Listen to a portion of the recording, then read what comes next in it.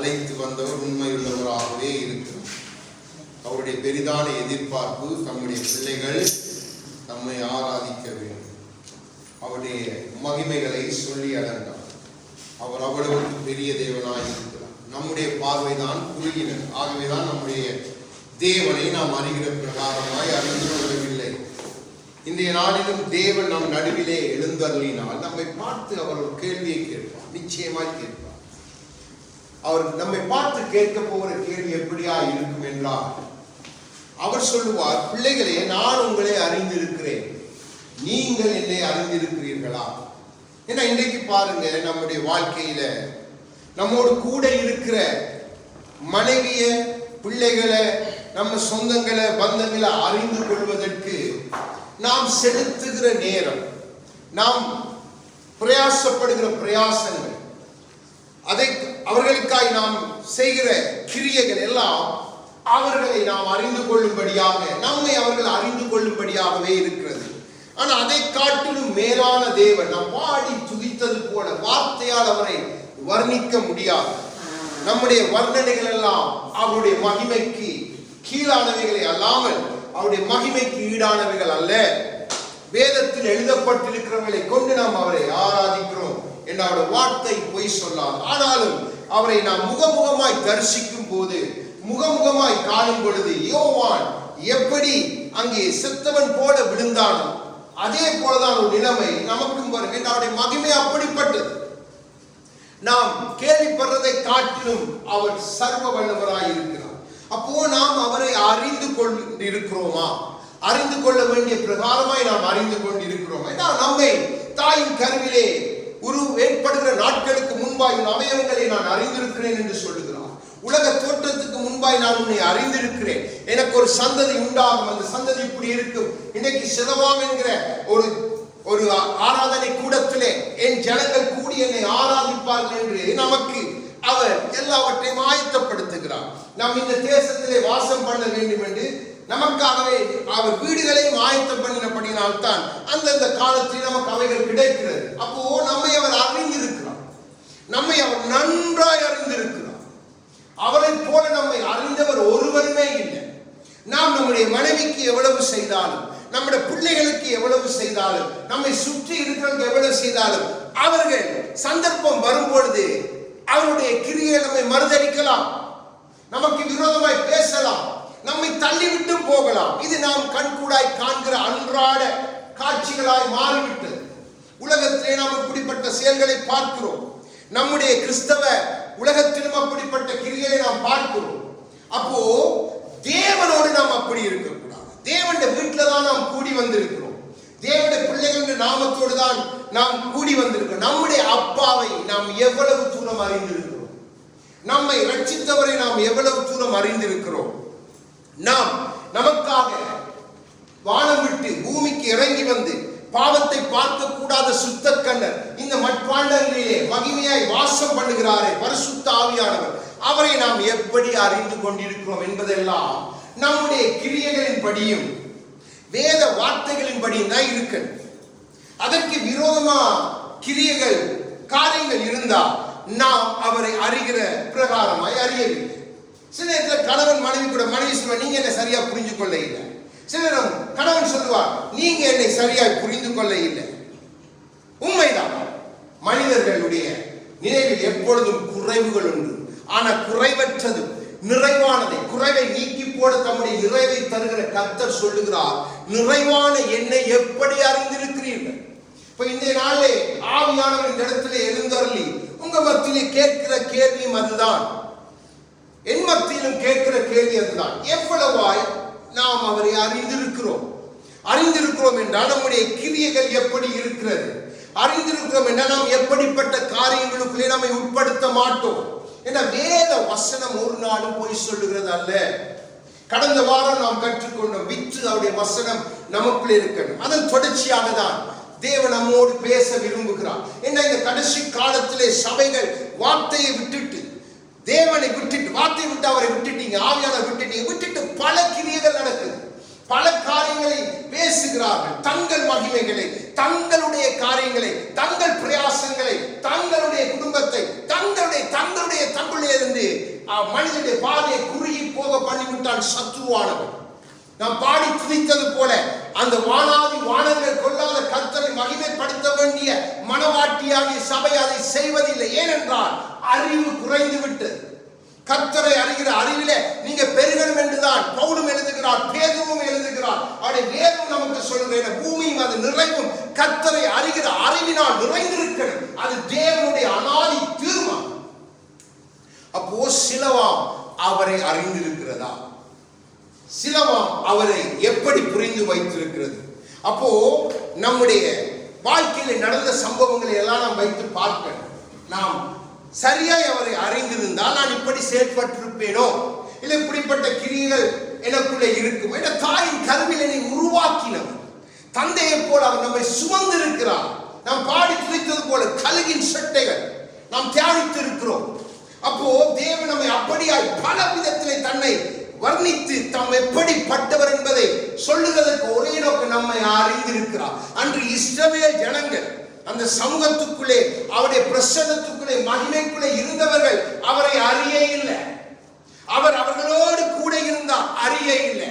அவர் தம் ஜனங்கள் மத்தியிலே வந்தார், அவரை அறியல, தள்ளி விட்டுட்டாங்க. அப்போ தேவன் நம்மை சேர்த்திருக்கிறார், நம்மை தம்முடைய பிள்ளைகளாய் அறிந்து சேர்த்திருக்கிறார்கள். நானும் நீங்களும் அந்த தேவனுக்கு எவ்வளவு தூரம் உண்மை உள்ளவர்களாய் இருக்க வேண்டும். நாம் அப்படி இருப்பது இல்லை. அப்போ நாம் வேதத்தை ஆதாரமாய் வைத்து தேவ ஆவியானவர் நமக்கு கற்றுக் கொடுக்கிற வார்த்தைகளை பிடித்து வேண்டாம். தேவன் எல்லாவற்றையும் நமக்கு ஞாபகப்படுத்த விரும்புகிறவர். நாம் தியானிக்காத காரியங்கள் அல்ல. நாம் பலதை தியானித்திருக்கிறோம், பலதை நாம் கேட்கிறோம், பலதை வேறு வேறு பிரசங்கிமாருடாகவும் நாங்கள் கேட்கிறோம். அப்போ மிகவும் கவனம், மிகவும் கவனம். தேவனுடைய கிரியைகளை நீங்க புரிஞ்சு கொள்ளணும். தேவன் உங்களை எப்படி அறிந்திருக்கிறார் என்று நீங்க புரிஞ்சுக்கணும். தேவன் நம்மை அறிகிறதற்கு அவர் எப்படி கிரியை செய்வார். ஆதியிலே நமக்கு தெரியும், தம் ஜனங்களை தீர்க்கதரிசிகளை ஏற்படுத்தி அவரை சொல்லுகிறார். நீங்க இழுப்புண்டு போயிருங்களோ, நான் உங்களை சோதித்தப்ப நான் உங்களை அறிந்து பார்க்கிறேன். தேவன் நம்மை அறிகிற விதங்கள் பல உண்டு. அந்த விதங்களுக்கு நேராக நம்மை நடத்தும் பொழுதுதான் நம்முடைய குறைவுள்ள அறிவு நாம் அவரை சரியாய் அறிந்து கொள்ளாதபடியினால் நாம் விலகி ஓடிட்டு நம்முடைய அறிவுல நம்முடைய பேச்சுகள், நம்முடைய கிரியைகள், நம்முடைய செயல்கள் எல்லாம் இருக்கிறது. அருமையான ஒரு வார்த்தை நீதிமொழிகளில் உண்டு. தன் கூட்டை விட்டு அலைகிற குருவியை போல தன் ஸ்தானத்தை விட்டு அலைகிற மனுஷன் இருக்கலாம். அப்ப நம்முடைய ஸ்தானம் கிறிஸ்துவுக்குள்ள, நாம் அந்த ஸ்தானத்தை பிடித்துக் கொண்டு அதுக்குள்ளதான் இருக்கணும். அந்த ஸ்தானத்தை விட்டுட்டோம் வேண்டாம், நாமும் கூடட்ட குருவியை போல அலைகிறவர்களாய் மாறிவிடுவோம். அதுதான் சத்துருவுக்கு வேணும். நமக்கு ஒரு ஸ்தானத்தை கொடுத்திருக்கிறார், கிறிஸ்துவுக்குள்ளாய் கொடுத்திருக்கிறார். அப்போ நாம் அவரை அறிய வேண்டும். நாம் அறிகிற பிரகாரமாய் அறிய வேண்டும். அதைத்தான் வார்த்தை நமக்கு சொல்லுகிறது. ஆகவே இந்த நாளில் 1 யோவான், கடந்த வாரம் நாம் கற்றுக்கொண்ட அதே அதிகாரம் 1 யோவான், அங்கிருந்து நம்முடைய வேத வெளிச்சத்துக்குள்ளே நாம் நடக்க போகிறோம். அப்போ கிறிஸ்துவை அறிவது, என்ற கிறிஸ்துவை அறிவது எவ்வளவு தூரம் மேன்மையானது என்பதை நாம் இன்று பார்க்க போகிறோம். அந்த அறிவிலே நாம் இருக்கிறோமா என்பதுதான் மிக முக்கியம். முதல் காரியம் அது. அதன் பின்பா இந்த மேன்மையை நமக்குள்ளே அவர் எப்படி கொடுத்திருக்கிறார், எப்படி நம்மை அழைக்கிறார், எப்படி நம்மை அவர் தம்மோடு இணைத்திருக்கிறார் என்பதை நாம் பார்க்க போகிறோம். 1 யோவான் 2வது அதிகாரம் 3 4 வாசிங்க. அவருடைய கற்பனைகளை நாம் கைக்கொள்ளுகிறவர்களானால் அவரை அறிந்திருக்கிறோம் என்பதை அதனால் அறிவோம். ஆமென். அடுத்து அறிந்திருக்கிறோம் என்று சொல்லியும் அவருடைய கற்பனைகளை கைக்கொள்ளாதவன் பொய்யனாய் இருக்கிறான், அவனுக்கு ஒரு சத்தியம் இல்லை. இங்கே வேத வசனம் ஆவியானவர் தெளிவாய் யோவானை கொண்டு எழுதி வைத்திருக்கிறார். நானும் நீங்களும் கிறிஸ்துவை அறிந்து கொண்டு இருக்கிறோம் என்பதை நாம் சொல்லுகிறோம், தடை இல்லை. அதை தேவனும் தடுக்கிறவர் அல்ல. நாம் அறிந்து கொண்டிருக்கிறோம் என்று சொல்வது நல்லது, அப்படியே நம்முடைய அறிக்கைகள் இருக்க வேண்டும். ஆனால் அவரை நாம் அறிந்திருக்கிறோம் என்று சொல்லிட்டு அவருடைய வார்த்தையை, அவருடைய சத்தியத்தை நமக்குள்ள இல்லாம நாம் கிரியை செய்யும் பொழுது நாம் நம்மை அழைத்து நம்மை அறிந்தவரை பொய்யராக்கி விடுவோம். எவ்வளவு பெரிய ஒரு பாவம், எவ்வளவு பெரிய ஒரு கேடு பாடான காரியம் என்பதை நாம் அறிவது இல்லை. நம்மை அறிந்தவர் நமக்கு எல்லாவற்றையும் நேர்த்தியாய் செய்திருக்கிறார். ஒன்று கூட அவர் அநீதியாய் செய்கிறவர் அல்ல. இப்போ தம் ஜனங்களை பார்த்து அவர் சொல்லுகிறார்,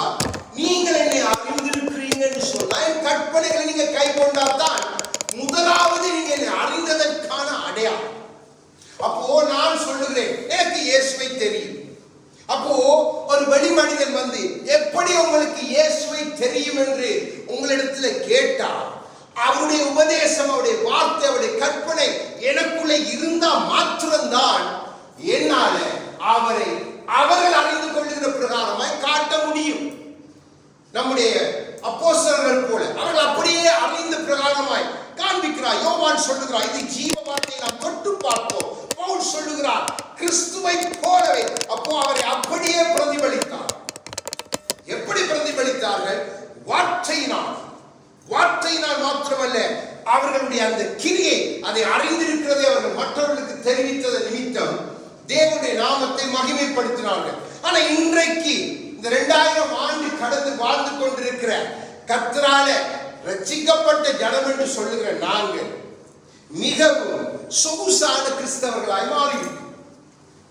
நமக்கு கொஞ்சம் ஒரு காரியம் கொஞ்சம் மாறுபாடாய், கொஞ்சம் தவறாய் நடந்துட்டா நாம் கிறிஸ்துவை அறியாதவர்கள் போல, கிறிஸ்துவோடு இல்லாதவர்கள் போல நாம் நடந்து விடுகிறோம். அப்போ நாம் அந்த சமயத்துல ஒன்றை மறந்து விடுகிறோம், நாம் நம்மை அறிந்தவரை பொய்யர் என்று காண்பிக்கிறோம். அப்போ ஒருவன் பார்த்து கொண்டிருக்கான், பொய்க்கு பிதா உங்களை கொண்டு போய் போடுறதுக்கு அப்ப அவனுக்கு அது சந்தோஷம். அவன் தன்னுடைய கணக்குல அந்த கணக்கு வைப்பான். ஆண்டவருக்கு சொல்லுவான், உண்மை அறிந்திருக்கிறேன் என்று சொல்லி உன் பிள்ளை நடந்து கொண்ட விதத்தை பார், உண்மை பொய்யனாக்கி விட்டான், இப்போ என்னை தேவனாக்கி விட்டான். நீங்க தேவனை பொய்யனாக்கி காண்பித்தாலே நீங்க பிசாசின் பக்கத்துல நிற்கிறீங்க.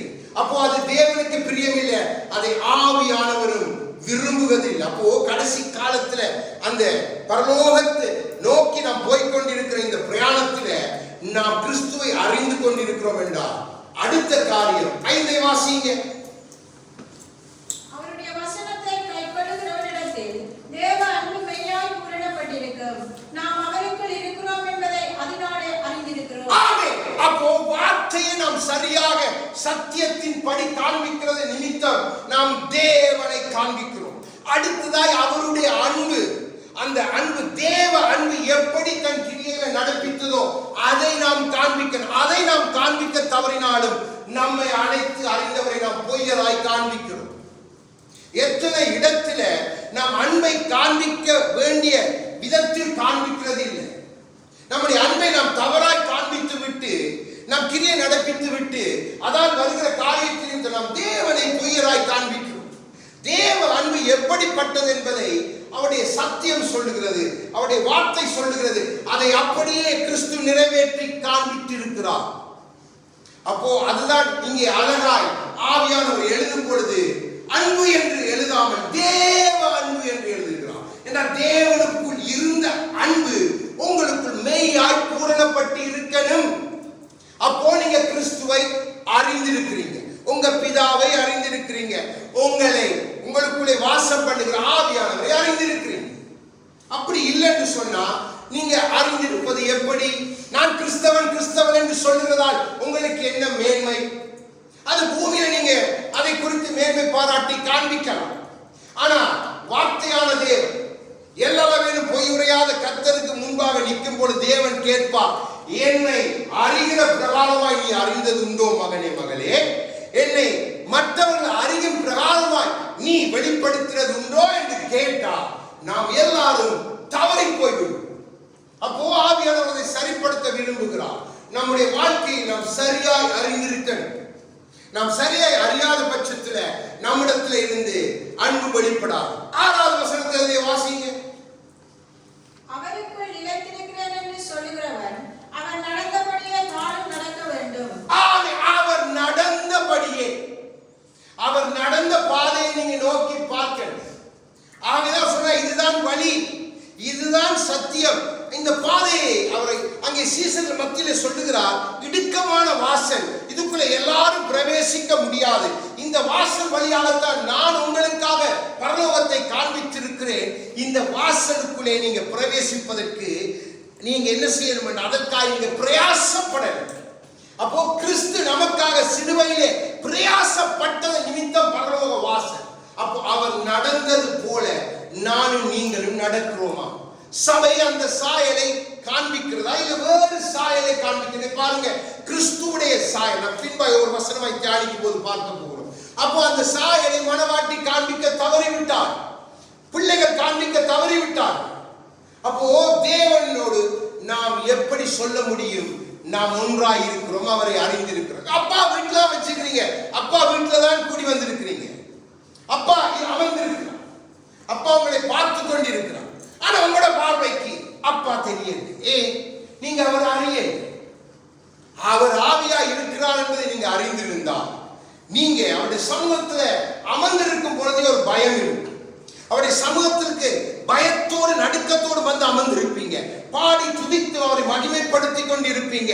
வேண்டாத காரியங்கள் எதையும் செய்ய வேண்டாம். உங்களுக்கு தெரியும், நீங்க அறிந்தவர், உங்களை அறிந்தவர் அமர்ந்திருக்கிறார், அவருடைய வீட்டிலே கூடி வந்திருக்கிறோம்.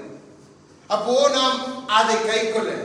இந்த இடத்தில் மாத்திரமல்ல, நம்மை வெளியில விட்டுட்டா நாம் வேற்று மனுஷன். சவுலை வெளியில விட்டா வேற்று மனுஷன். இங்கே தேவ வார்த்தையை கொடுத்து சவுலை அனுப்புகிறான்.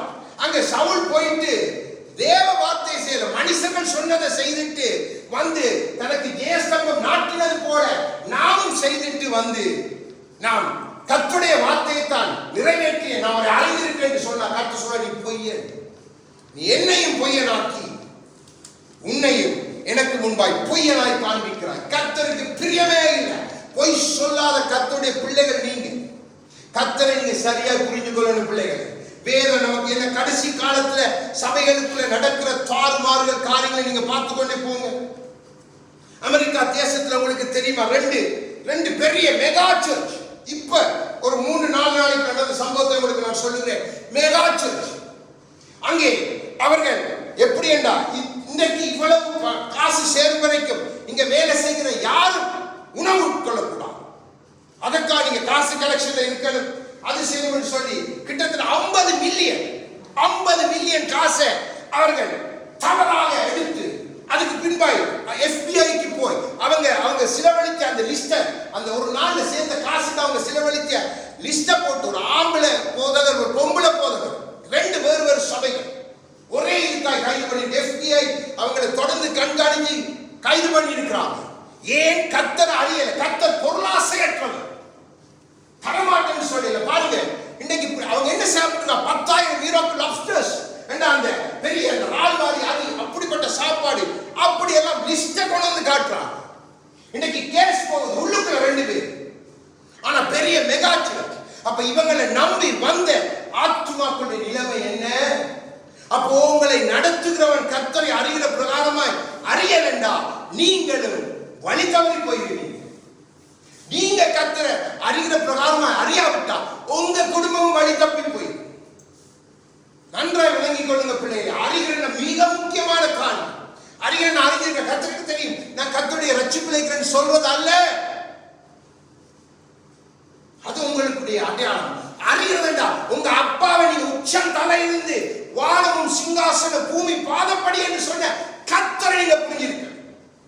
எனக்கு மேலாய் ஒருவர் இல்லை என்று ஆபிரகாமுக்கு வாக்கு பண்ணின கர்த்தர், அவரை நீங்க புரிஞ்சிருக்க, அறிஞ்சிருக்க. அது தகப்பனுடைய விருப்பம், தகப்பனுடைய விருப்பம். அது நாம் எத்தனை பேர் சொல்ல முடியும், என்னை அழைத்து ரட்சித்த ஆண்டவரை நான் சரியாய் அறிந்திருக்கிறேன், அதற்கு ஏற்ப என் கிரியை இருக்கிறது ஒருவரும் சொல்ல முடியும், நான் உட்பட. பவுல் சொன்னது போலதான் சொன்னேன், கடைசி நாள்ல தான் அது தெரியும். யோசிச்சு பாருங்க, நம்மை நிறுத்தி நாம் யோசித்து பார்க்கிறோமா? இப்போ பவுலை கொண்டு ஆண்டவர் ஆவியானவர் சொல்லுகிற காரியம் 1 தெசலோனிக்கேயர்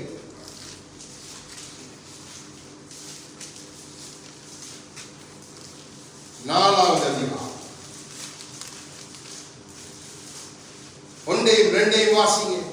281வது பக்கம் 1 தெசலோனிக்கேயர் 4வது அதிகாரம் 1-2 வார்த்தைகளை வாசிங்க. அன்னியும் சகோதரரே, நீங்கள் இன்ன பிரகாரமாய் நடக்கவும் தேவனுக்கு பிரியமாயிருக்கவும் வேண்டுமென்று நீங்கள் எங்களால் கேட்டு ஏற்றுக்கொண்டபடியே அதிகமாய் தேறும்படிக்கு கர்த்தராகிய இயேசுவுக்குள் உங்களை வேண்டிக் கொண்டு புத்தி சொல்லுகிறோம். கர்த்தராகிய இயேசுவினாலே நாங்கள் உங்களுக்கு கொடுத்த கட்டளைகளை அறிந்திருக்கிறோம். ஆமென், ஆமென். ஆவியானவர் பவுலை கொண்டு பேசுகிறார். நாங்கள் இயேசு கிறிஸ்துவின் நாமத்தில் கொடுத்த கட்டளைகளை அறிந்திருக்கிறோம். வைத்திருக்கிற ஒரே வழி, அதுதான் பிரதானமான வழி. ஆகவேதான் வார்த்தை மாமிசமாகி மனு கொண்டு இந்த பூமிக்கு வந்தது அதானதான். ஆகவேதான் பவுலும் சொல்லுகிறார், சகோதரரை நான் வேண்டிக் கொள்கிறேன், நீங்க அப்படி இருக்கணும். நாங்க கொடுத்த கட்டளைகள் அவரே சொல்றார், கிறிஸ்துவை எனக்கு கொடுத்தது, அப்போஸ்தலருக்கு கொடுத்தது, பரிசுத்த ஆவியினால் எழுதினார் என்று வேதம் சான்று பகிர்ந்தது. அப்போ அதை நான் நீங்கள் அறிகிற பிரகாரமாய் அறிந்தால் அப்பதான் உங்களோட வாழ்க்கை கர்த்தரோடு இணைந்ததா இருக்கும்.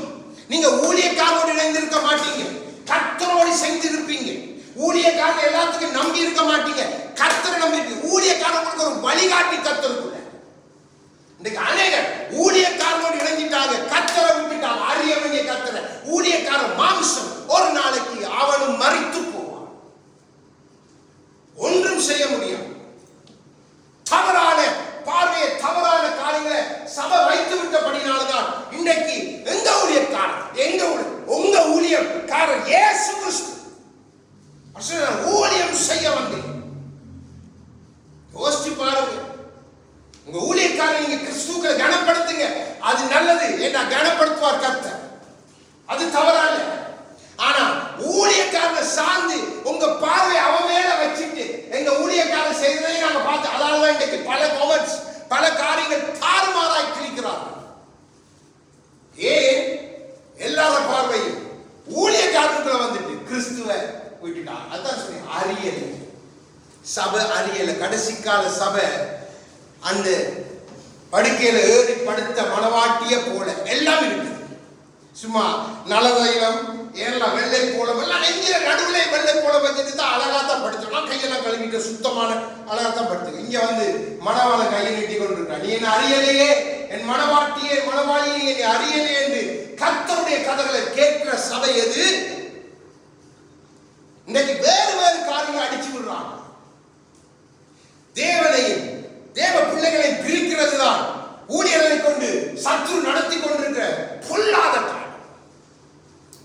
பவுலை மாறி இணைத்து விடணும், கர்த்தரோட பேதுருக்களை போல இணைத்து விடணும். அப்படித்தான் அப்போஸ்தலர் இருந்தாங்க. அதுதான் உண்மையான ஊழியக்காரருடைய வேலை. உங்க யாரையும் என்னோட இணைப்பது என் வேலை அல்ல, உங்க எல்லாரையும் கிறிஸ்துவோடு இணைத்து விடணும். ஏன்னா நானும் உங்களை போல அவருக்கு ஒரு வேலைக்காரன். இந்த உணர்வு நமக்கு இருக்கா? இன்னைக்கு இந்த உணர்வோடு சபை செயல்படுதா, ஊழியங்கள் செயல்படுதா? நீங்க பார்க்கலாம், உங்களுக்கு நீங்க யூடியூப்ல பார்க்காத காரியங்களே இல்லை. இன்னைக்கு பிரசங்கங்களை எடுத்து பாருங்க, அதுல 3வது வசனத்தை நீங்க வாசிங்க. இப்ப இதுதான் காரியம், வாசிங்க 3வது வசனத்தை. அதே தெசலோனிக்கேயர், நீங்கள் பரிசுத்தம் உள்ளவர்களாக வேண்டும் என்பது தேவனுடைய சித்தமாய் இருக்கிறது. அந்தபடி நீங்கள் வேசி மார்க்கத்துக்கு விலகி இருந்து அடுத்த வாசிங்க. தேவனை அறியாத அஞ்ஞானிகளைப் போல மோக இச்சைகளுக்கு உட்படாமல் உங்களில் அவனவன் தன் சரீர பாண்டத்தை பரிசுத்தமாயும் கனமாயும் ஆண்டு கொள்ளும்படி அறிந்து. அடுத்தது 6, இந்த விஷயத்தில் ஒருவனும் மீறாமலும் சகோதரனை வஞ்சியாமலும் இருக்க வேண்டும் என்று முன்னமே நான் உங்களுக்கு சொல்லி சாட்சியாக எச்சரித்தபடியே இப்படிப்பட்ட விஷயங்கள் எல்லாவற்றையும் குறித்து கர்த்தர் நீதியை சரிக்கட்டுகிறவராய் இருக்கிறார். 7, தேவன் நம்மை அசுத்தத்துக்கு அல்ல பரிசுத்தத்துக்கே அழைத்திருக்கிறார். ஆமென். தேவனை நீங்க அறிந்திருக்கிறீங்களா? இப்போ தேவ வார்த்தை உங்களை பார்த்து இந்த வசனங்கள் எல்லாம் சொல்லுது. உங்களை தேவன் அழைத்தது பரிசுத்தத்துக்கு நேராக, எந்த வேசி மார்க்கத்தோடு இணைஞ்சு போக அல்ல. இன்னைக்கு வேசி மார்க்கம் சபைக்குள்ள வந்துட்டது. இன்னைக்கு பெரிய பெரிய ஊழியக்காரர்கள் ஐயரோடும் இன்னும் பௌத்த பிக்குகளோடும் இன்னும் மற்றவங்களோடும் கை கோர்த்துட்டாங்க. அவங்க கூப்பிடுற அரசியல்வாதிகளோடு கை கோர்த்துட்டாங்க. அரசியல்வாதிகள் பொன்னாடை போட்டு கொடுக்கிற அந்த மகிமைக்கு தங்களை விட்டு தலை குனிந்த, ஐயா நீங்க நல்ல அரசியல்வாதி, உங்களை கிறிஸ்து ஆசீர்வதிக்கிறார் என்றெல்லாம் ஆசீர்வதிக்க தொடங்கிட்டாங்க. ஆனா வேதம் சொல்லுது, நீ பரிசுத்தன், உன் தகப்பன் பரிசுத்த, நீ அவரை அறிந்தது உண்டானால் நீ பரிசுத்தத்தின் சந்ததி, பரிசுத்தத்தின் வித்து. விட்டு கொடுக்க கூடாது. எத்தனை காரியத்தை விட்டுறோம். அடுத்து மோக இச்சை, உலகத்தின் இச்சைகள் சபைக்குள்ள நிரம்பி வழியுது, நிரம்பி வழியுது. காலையிலே ஒரு பெரிய சபையில பார்த்து எனக்கு துக்கம். அந்த சபையில ஆராதிக்கிற மகள் ஒரு ஸ்கர்ட் போட்டு, நான் அழகா ஸ்கர்ட் பிடிச்சிருக்காளே, கால் தெரியாம ஸ்கர்ட் போட, அவ இப்படி அசையும் போது பார்த்தேன் இங்க வரைக்கும் வெட்டு. அதை இருந்து ஆராதித்து அவங்க அமர்ந்திருந்து ஆராதிக்கிறாங்க. எப்படி இருக்கும்? உயர்ந்த மேடையில், இந்த மேடை விட கொஞ்சம் உயரமான மேடை, அப்படி ஒரு மகள் மைக்க பிடிச்சிட்டு இப்படி இப்படி செய்தா சொல்லிக்கொண்டு ஹோலி ஹோலி ஹோலி என்றா எங்க ஹோலி வருவா? அப்போ கர்த்தரை அறியாதவர்கள், அஞ்ஞானிகள். ஆனா வேதம் சொல்லு, நீ அஞ்ஞானி அல்ல, நீ கர்த்தரை அறிந்தவன், அறிந்த பிரகாரமாய் நடக்கணும். ஆகவே நான் உங்களுக்கு புத்தி சொல்லுகிறேன் என்று பவுலை கொண்டு ஆவியானவர் சொல்லுகிறார். தேவனுக்கு எண்ணிக்கை பெரிதல்ல. ஒரு மனிதன் கர்த்தரை சரியா அறிந்தால் போதும், கர்த்தர் பெரிய காரியங்களை செய்திருவார். தேவன் அவர்களை தான் தேடிக்கொண்டிருக்கிறார். நன்றாய் விளங்கிக் கொள்ளுங்கள்.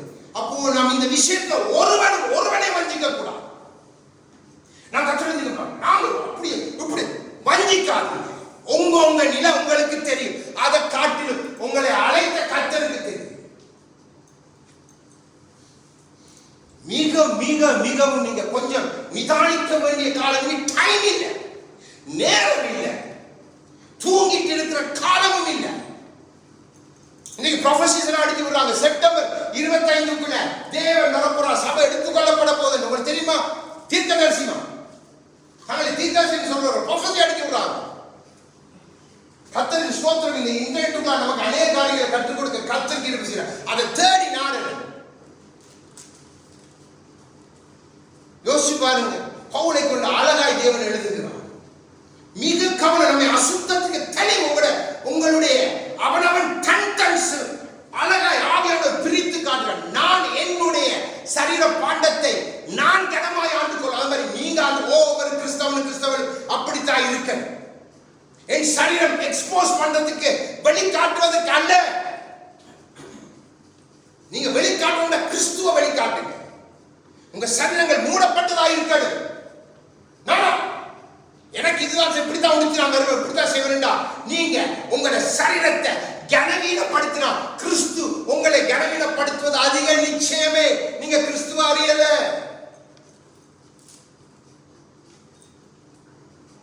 எவ்வளவு எவ்வளவு துக்கம், எவ்வளவு கொடிதான காலத்துக்கு நாம் வந்து நிற்கிறோம். உங்களுக்கு தெரியுமா? கிறிஸ்தவ குடும்பத்துக்குள்ள, கிறிஸ்தவ குடும்பம் கணவனை தள்ளி போட்டு 3 பிள்ளைகள் இருக்குது. அந்த மகளுடைய அவர் டிக்டாக்ல அவர் போட்ட பாட்டையும் அந்த இது எனக்கு டிக்டாக்கில் எனக்கு ஓபன் பண்ண முடியாது.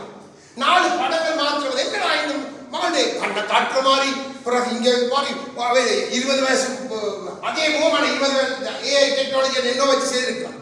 செய்து பாட்டு நான் அந்த வெக்கப்படுற மாதிரி ஏதோ அந்த அக்ஷன் மட்டும் தான் இருக்கேன். எனக்கு தொடர்ந்து பார்க்கலாம்.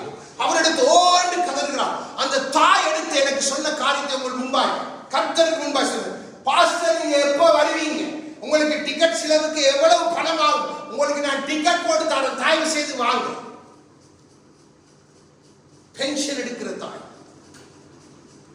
நம்ப மாட்டேன். கதறி கதறி அழுதான். பாஸ்டருக்கு வந்துட்டு போங்க, தயவு செய்து வாங்க, டிக்கெட்டுக்கு எவ்வளவு செலவாகும் என்று மட்டும் எங்களுக்கு சொல்லுங்க. நான் சொன்ன, அம்மா அப்படி இல்லை, ஜெபம் பண்ணி கர்த்தர் நிச்சயமா எல்லாவற்றையும் செய்வாங்க. நீங்களே கஷ்டப்படுறீங்க, பென்ஷன் தொகையில வாழ்றீங்க. அந்த பணத்துல எனக்கு நீங்க டிக்கெட் போட வேண்டிய அவசியமே இல்லை. உங்களுக்கு தெரியாது நடக்கிற காரியம். ஏன்னா அறியாத ஜனங்கள் அறிந்தால் அந்த காரியத்தில் அந்த மகள் போய் செய்ய மாட்டான். ஆகவே சொல்லுகிறேன், தன்னுடைய சரீரத்தை கனவீனப்படுத்திட்டான். எத்தனை ஆம்பளை பார்த்து கமெண்ட்ஸ் போடுவாங்க. அந்த மகளுடைய ஃப்ரெண்டோட அப்பா சொன்னார், என்ன உங்க மனைவி டிக்டாக்ல அந்த மாதிரி போட்டிருக்கிறாங்க. யோசிச்சு பாருங்க, கணவனுக்கு எப்படி இருக்கு. கணவன் ஒரு பக்கத்தை அழுகுறாங்க. அப்போ நாம் கர்த்தரை அறிகிற பிரகாரம் அறியலண்டா சத்துரு கொஞ்சம் கொஞ்சமா நம்ம சொன்னோம். நாங்க அப்படித்தான் நீங்க சொல்லுவீங்க, உங்களை சொல்ல பண்ணுவான். ஆனா அப்படியே கொஞ்சம் கொஞ்சமா உங்களை வழி விலகி போய் நீங்க அந்த வழியில நிற்கும் பொழுது அந்த ஐயோ அதமானே எங்க போதத்தை கேட்கவே இல்லை, அது உங்க வார்த்தையை நாங்கள் ஏற்றுக்கொள்ளவே இல்லை. இப்ப எல்லாம் மாறி போயிட்டு. அப்ப தேவ சித்தமே அதுதான். தேவன் உங்களை அழைத்த சித்தமே, அவர் அறிந்தவர் சொல்லுகிறார், நீங்க பரிசுத்தமா இருக்கணும் என்றுதான் தேவனுடைய சித்தம். 3வது வசனத்துல வாசிக்கிறது. 3வது வசனத்துல நீங்கள் பரிசுத்தம் உள்ளவர்களாக வேண்டும் என்பதே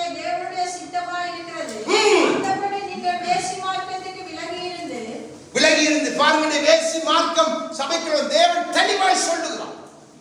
ஆதியிலே கொடுத்த அதே கட்டளை தான், மாற்றமே இல்லை. அழைத்தது பரிசுத்தத்துக்கு பிள்ளைகள். நாம் அதை விட்டுட்டு நாம் தேவனை அறிந்திருக்கிறோம் என்று நாம் செய்கிற காரியங்கள் எப்படி இருக்குது? ஆண்டவர் சொன்னார், யோவான் 12 எடுங்க, யோவான் எழுதின சுவிசேஷ புத்தகம் 12ஆம் அதிகாரம் 145ஆவது பக்கம்,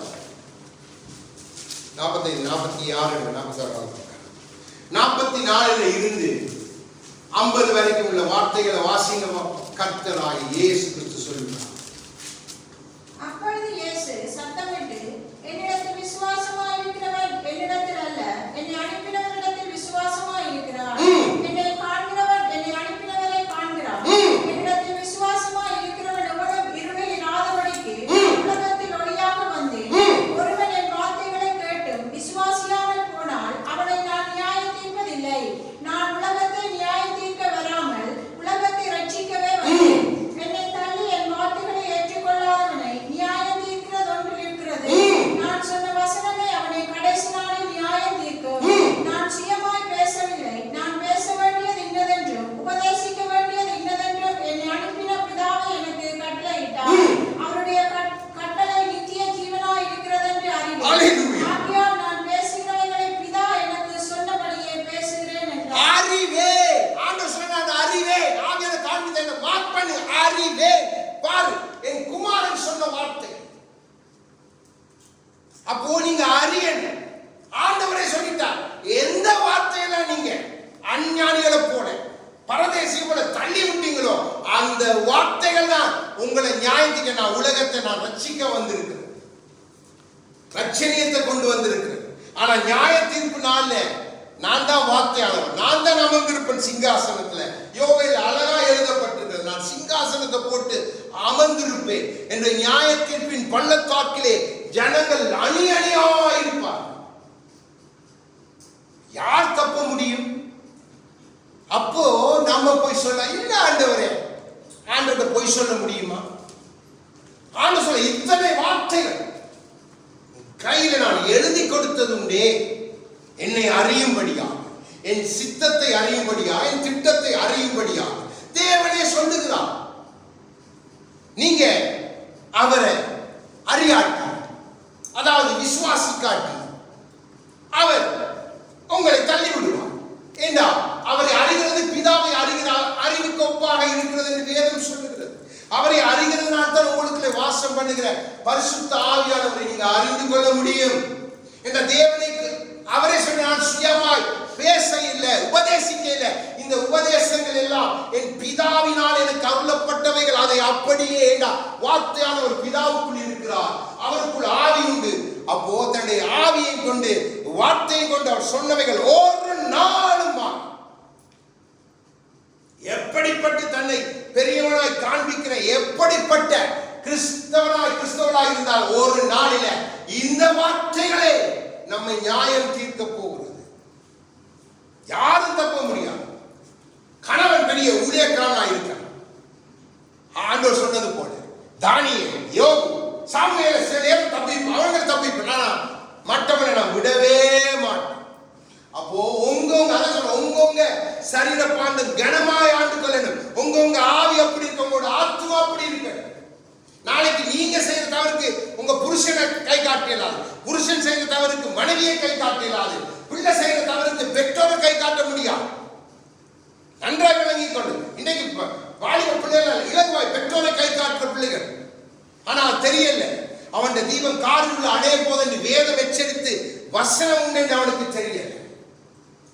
ஆண்டுடைய வசனம் நீதிமொழி சொல்லு, பிள்ளை ஆண்டானை நடத்த வேண்டிய வழியில நடத்த. அப்ப முதிர்வெல்லாம் கைவிட மாட்டான். அதான் சொல்லுகிறான், நீ நடக்க வேண்டிய பிரகாரமா என்னை அறிந்து நடந்தா நீ சாகும் வரைக்கும் கனி கொடுத்து புஷ்டியாய் இருந்து உன் ஓட்டத்தை ஜெயமாய் பவுலை போட முடியும். அப்போ ஆண்டவர் அப்படித்தான் சிலுவை பரியந்தம் பிதாவை விட்டு அவர் எந்த நேரம் கடைசி நேரம் அவர் தன்னுடைய ஆவியை பிதாவின் கரத்தில் ஒப்புக் கொடுத்த நம்முடைய வார்த்தையான தேவன். அப்போ அந்த வார்த்தையான தேவனுக்குள்ள இருக்கிற நானும் நீங்களும் என்ன செய்யணும்?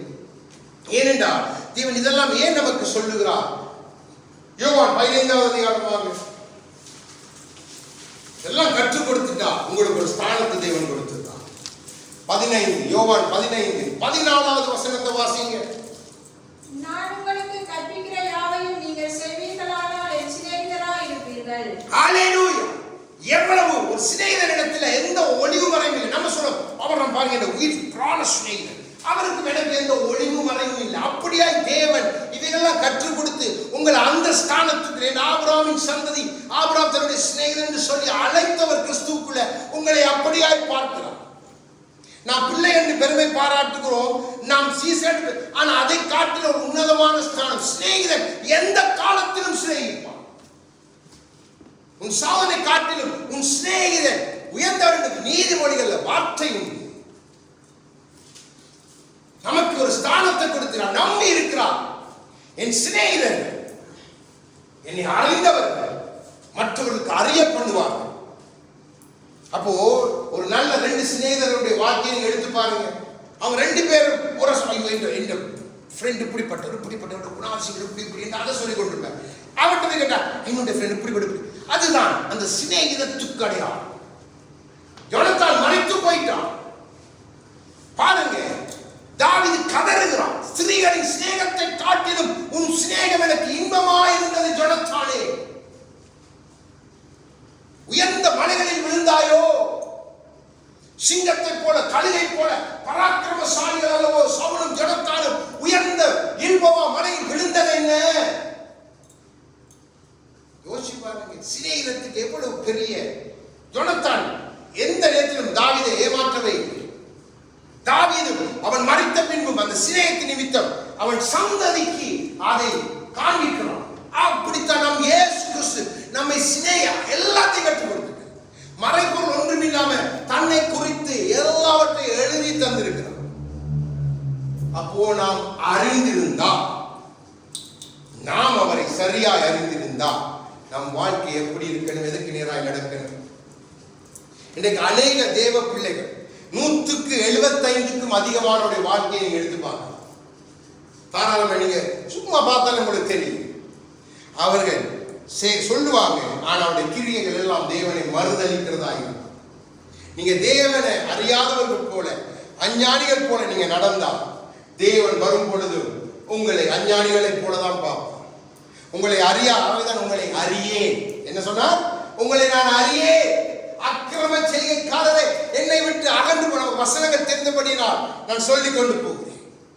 அக்கிரம செய்ய பாருங்க எங்க கொண்டுட்டாங்க. பொய்யர்களே, துன்மார்க்கரே, நீதிக்கு புறம்பான சந்ததி, தொலைந்து போ. தொலைந்து நிறைய தெரியாது.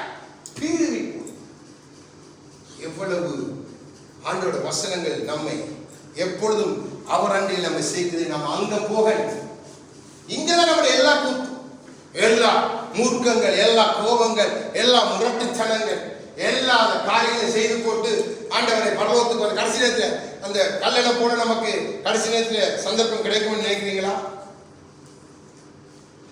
அவனுக்காக தான் இருந்த சந்தர்ப்பம். கிறிஸ்து மறைத்து 2000 ஆண்டுகளாய் நம்மோடு பேசிக் கொண்டிருக்கான். அந்த மனு குலத்தோடு பேசிக் கொண்டிருக்கிறான். எல்லாருக்கும் தாராளமா ரட்சிக்கப்பட்டு 10 வருஷம், 20 வருஷம், 30 வருஷம் வந்து இன்னும் டைம் கொடுத்து கொண்டே இருக்கிறோம்.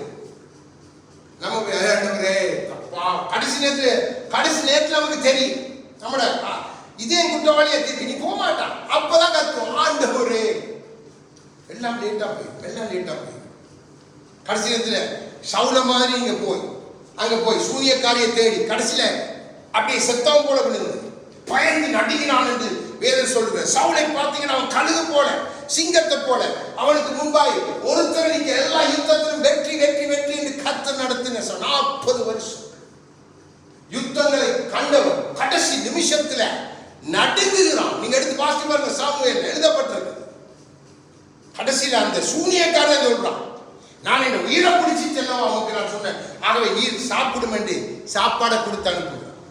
ஆனா அடுத்த நாள் மறித்து போகிறான். எப்படி மறிக்க வேண்டியவன் எப்படி மறித்து போகிறான். நானும் நீங்கள் ஒரு நீதிமானுக்குரிய மரணம். அதான் பவுல் சொன்னது போல, நான் ஜீவ பலியாய் பான பலியாய் பார்க்கப்பட்டு போனாலும் என்னுடைய மரணம், என்னுடைய இது கர்த்தருக்கு முன்பாக நீதியாய் இருக்கணும், சமாதானமாய். உலகத்தின் கண்கள்ல நமக்கு பல விதத்துல மரணம் வரலாம், அதெல்லாம் நல்ல.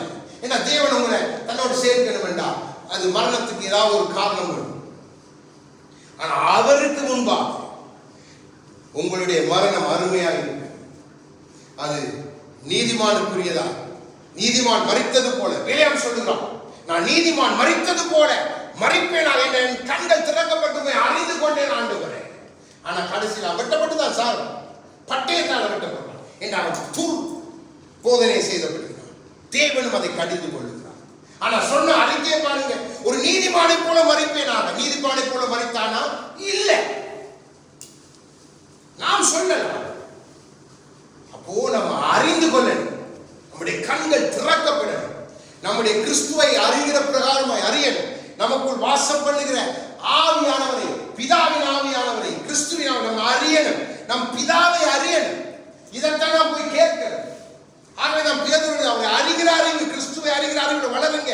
பவுல் சொல்லுகிறார், பேதுரு சொல்லுகிறார், எல்லாம் அதற்காகத்தான், எல்லாமே அதற்காகத்தான். நாம் அதை தேடணும். நமக்கு பல காரியங்கள், பல விஷயம். ஆனா தேவன் அறிகிறதுக்கு நான் இன்னைக்கு காலையில மனைவிடத்தில் ஒரு காரியம் தெளிவா சொன்னேன்.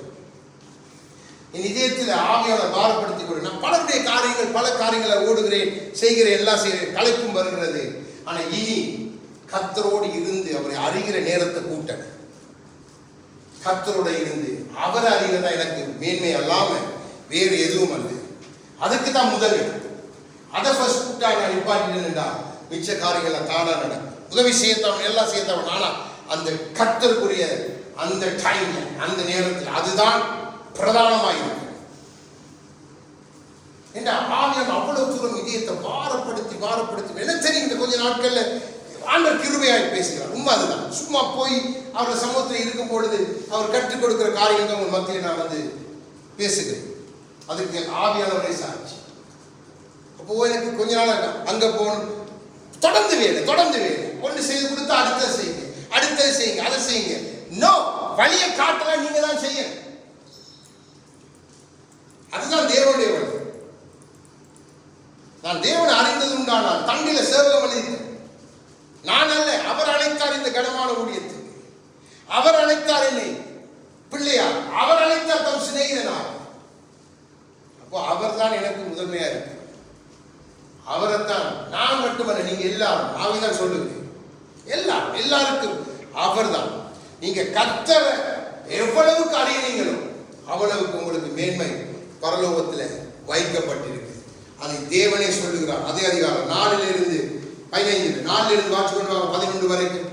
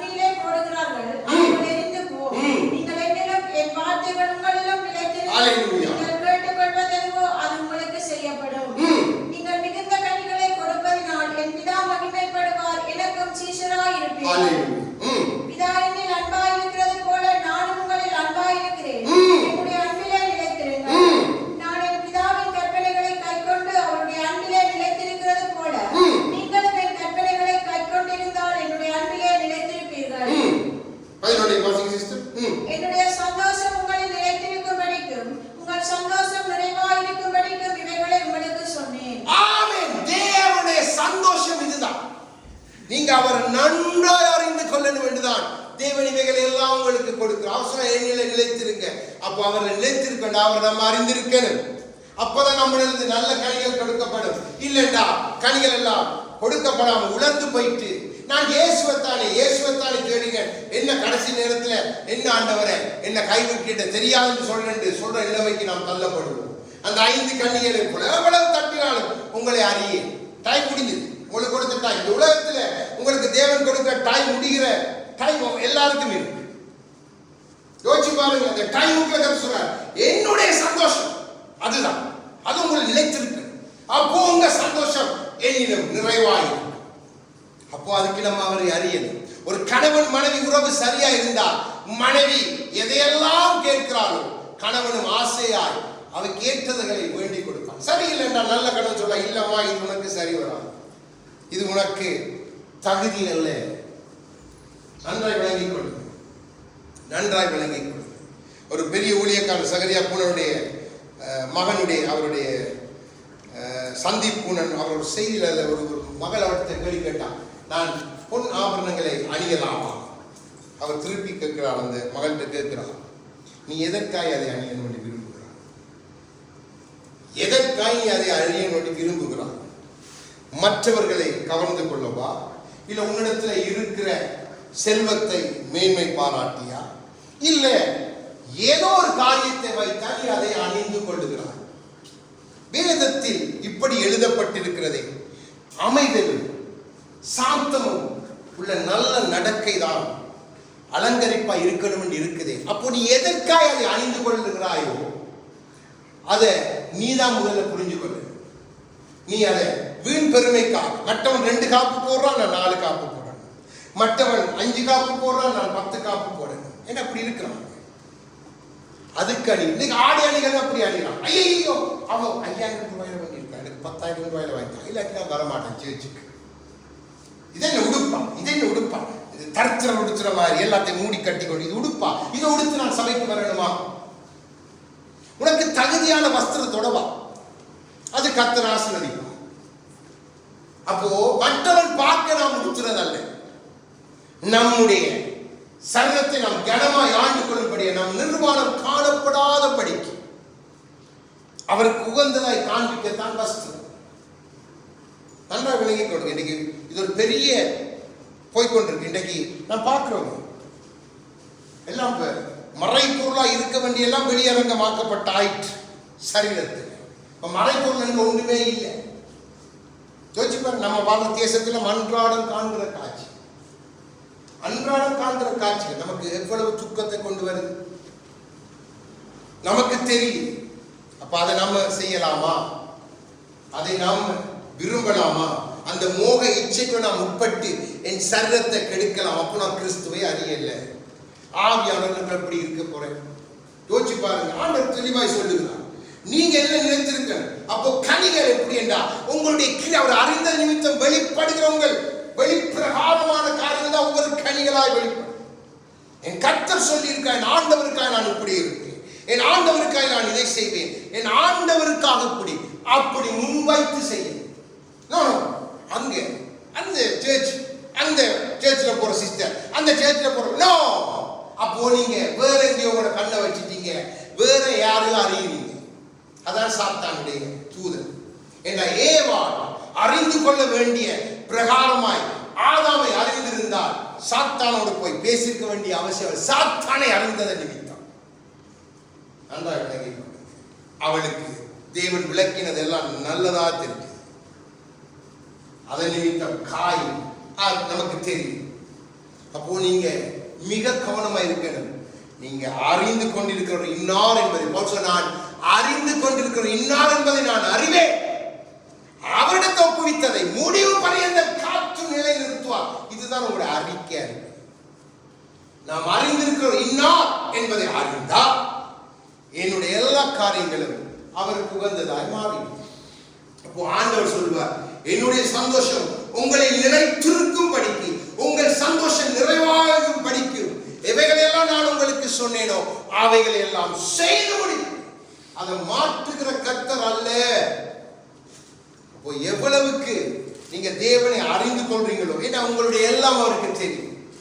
நீங்க வேண்டிக் கொள்வதற்கு முன்னமே அவர் அறிந்திருக்கிறார். உங்களுக்கு இவையெல்லாம் கொடுப்பேன் என்று சொல்லி இருக்கிறார். உங்களுடைய கண்ணீரை துருத்தியில வைத்திருக்கிறார். தாயை போல உங்களை அரவணைக்கிறார், தகப்பனை போல சுமக்கிறார். நீங்க தனியே இல்லை.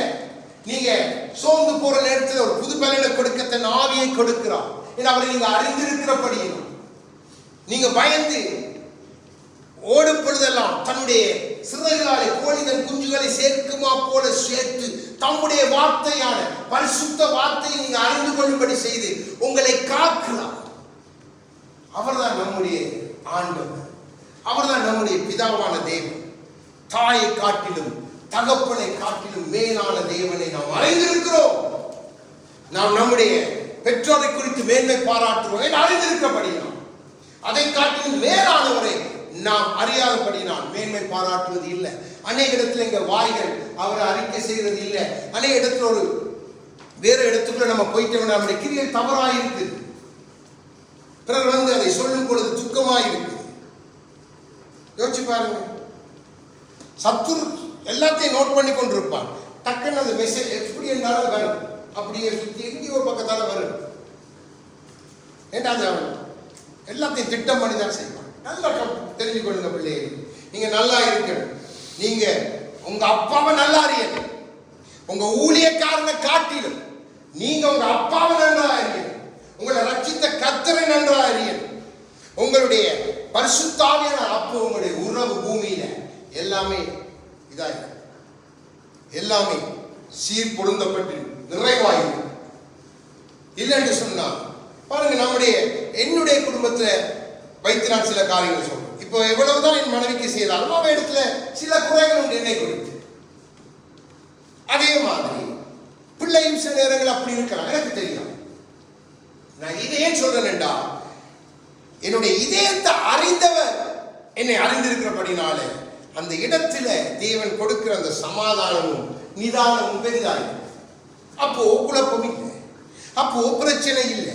என்ன எனக்கு தெரியும் நான் எதை நிமித்தம் எதை செய்கிறேன் என்று நான் கர்த்தருக்கு முன்பாக நின்று தாழ்மையாக சொல்ல முடியும் எனக்கு. அப்போ நான் இன்னும் திருந்தனும், இன்னும் ஆண்டவரை அறியணும் அறியணும் அறியணும் அறியணும் அறியணும். நானும் அறிகிற பிரகாரமாய் அறியல. பவுல் சொன்னது அப்படி சொன்ன விழுந்தே. அவரை அறிகிற பிரகாரமாய் நீங்க அறிந்து அறிந்து ஓடணும். அதுக்கு முடிவு இல்லை. உங்களோட மரணம் தான் அதுக்கு இல்லை. கண்ணா முடிட்டான். உங்களுக்கு அமெரிக்காவில் ஒரு பெரிய ஒரு ஜட்ஜ், அவர் இத்தாலிக்கார், உங்களுக்கு தெரியும் தெரியாது, இத்தாலியன், கேப்ரியோட பேர். அவர் தகப்பன் அங்கே அந்த பிரச்சனை நாங்கள் போய் அமெரிக்கா ஸ்டேட்ல அங்கே பிறந்தவர். அவர் அங்கே ப்ராவிடன்ஸ் என்ற இடத்துக்கு ஜட்ஜ். அந்த ஜட்ஜ் எல்லாரோடும் ஸ்நேகம். அவருக்கு முன்பாக வர்ற எல்லா கேசஸையும் அவர் விசாரித்து முதலாவது டக்குன்னு தீர்ப்பு கொடுக்காம அவங்களோட சூழ்நிலையை பார்த்து அப்படி தீர்ப்பு கொடுத்து இன்னைக்கு அவர் மறித்து போயிட்டார். அவருக்கு கடைசியில் கேன்சர் அவர் இப்போ ஒரு 15-20 நாளைக்கு மறைத்து போயிட்டார். கடைசி நேரத்தில் அவர் என்ன தெரியுமா சொல்றார், மரண படுக்கையில் இருக்கிறார். அது சொல்ற எல்லாரையும் பார்த்து, இதுவரைக்கும் உங்களுடைய ஜெபங்கள் தான் என்னை தாங்கிச்சு, நீங்க எனக்காக ஜெபிச்சு கொள்ளுங்க கண்ணீரோடு சொல்லுங்க. அதான் அவர் கடைசி வார்த்தை. சொல்ற ஜெபத்தை மட்டும் விட்டுறாதீங்க, ஜெபம் பண்ணுங்க. அவர் மறைச்சோனே அவரை பார்க்க பாகிஸ்தான்ல அவரை கொண்டாட எல்லா தேசத்துல இருந்து அவரை தேடி ஜனங்க. நீங்க நம்ப மாட்டீங்க, ஒரு ஜனாதிபதி மறித்தா எவ்வளவுக்கு இருக்கும் அப்படி அவ்வளவு மரியாதையோட அவரை சரத்தை அடக்கம் பண்ணாங்க. ஏன்? அவர் அந்த அன்பை, அந்த மனித நேயத்தை காண்பித்தபடினா உடனே எது பண்ணா ஓகே போதவரை கூப்பிடுங்க, இது பண்ணுங்க, ஜெபிக்க. அப்படித்தான் மகன் 5 பிள்ளைகள் அவருக்கு, 3 ஆம்பளை பிள்ளை 2 பொம்பளை பிள்ளை. பேத்திமார் இருக்கு, பேத்திமாட ஒரு பிள்ளைக்கு கலிய திருமணம் ஆகி. அப்போ 3ஆம் தலைமுறை கண்ட மனிதன் இத்தாலி தெரியா, ஆங்கிலம் தான் தெரியும். அவர் இத்தாலிக்கு போனோம். அப்போ நீங்க என்னத்துக்கு நான் இதை சொல்றேன்னு சொன்னா, அந்த மனிதனுடைய வாழ்க்கை அந்த மனிதனுக்கு சாட்சியா மட்டுமில்லை, தேவனை சாட்சி, தேவனுடைய அன்பை காண்பித்து எப்பவும் ஒரு சிரிப்பு கண்கள்ல நீங்க பாத்தீங்கன்னா தெரியும். ஒரு சிரிச்ச முகம் அந்த மகனுடைய. அவர் சொல்ற கொடுத்து மற்றவர்களை விசாரிப்பது தேவனுக்கு தெரியும். பாருங்க, இன்னைக்கு அவரை இந்த உலகம் கொண்டாடுது, அந்த ஆத்மா அது கர்த்தரை பொறுத்தது. ஆனால் அவளுக்கு ஏன் சொல்றேன்னு சொன்னா, அவர் தன்னுடைய தான் அறிந்ததை சரியாக காண்பித்திருக்கிறார். அப்போ நாம் நம்முடைய கிறிஸ்துவை அறிந்தது உண்டானா அவரை காண்பிக்க, அவரைத்தான் நம்முடைய தேவனாய் நம்முடைய ஆண்டவராய் கொண்டிருக்கிறோம். அப்போ நம்முடைய வாழ்க்கைகள் தாறுமாறா போகாது. நம்முடைய வாழ்க்கையில் இருக்கிற அசுத்தங்கள் எல்லாம் சரிப்படுத்தி, நம்முடைய வாழ்க்கையில காணப்படுகிற வேண்டாதவைகள் எல்லாம் நறுக்கி போட்டு அவர் தம்மோடு நம்மை இணைத்து நடத்த விரும்புகிறார். அப்போ நானும் நீங்கள் இந்த பூமியை விட்டு எடுபடும் பொழுது இன்னைக்கு பவுலுடைய வாழ்க்கை கிறிஸ்துவுக்குள்ள சாட்சியாக இருப்பது போல நம்முடைய வாழ்க்கை இங்கே ஒரு மூலையில ஒரு மனிதனுக்கு மத்தியிலேயாவது, ஒரு குடும்பத்துக்கு மத்தியிலேயாவது, இல்லை சபைக்கு மத்தியிலாவது சாட்சியா இருக்கணும் என்று நீங்க விரும்பணும். அதுதான் கிறிஸ்துவை நீங்க அறிந்ததுக்கான இந்த பூமி கொடுக்கிற சாட்சி அதை பரலோகம் அங்கீகரிக்கும். அப்படி அங்கீகரித்து எழுதப்பட்ட சாட்சிகள் பல உண்டு. அப்போ நானும் நீங்களும் அவரை அறிந்து கொள்ளணும். நானும் நீங்களும் அவரோடு இன்னும் கிட்டி நெருங்கி சேரணும். நானும் நீங்களும் அவரில் நிலைத்திருக்கிறோம். ஆக உற்சாகமாக எழுந்து அவரை பாடி துதிக்க போகிறோம். அவர் நமக்கு எல்லாமா இருக்கிறபடிதான்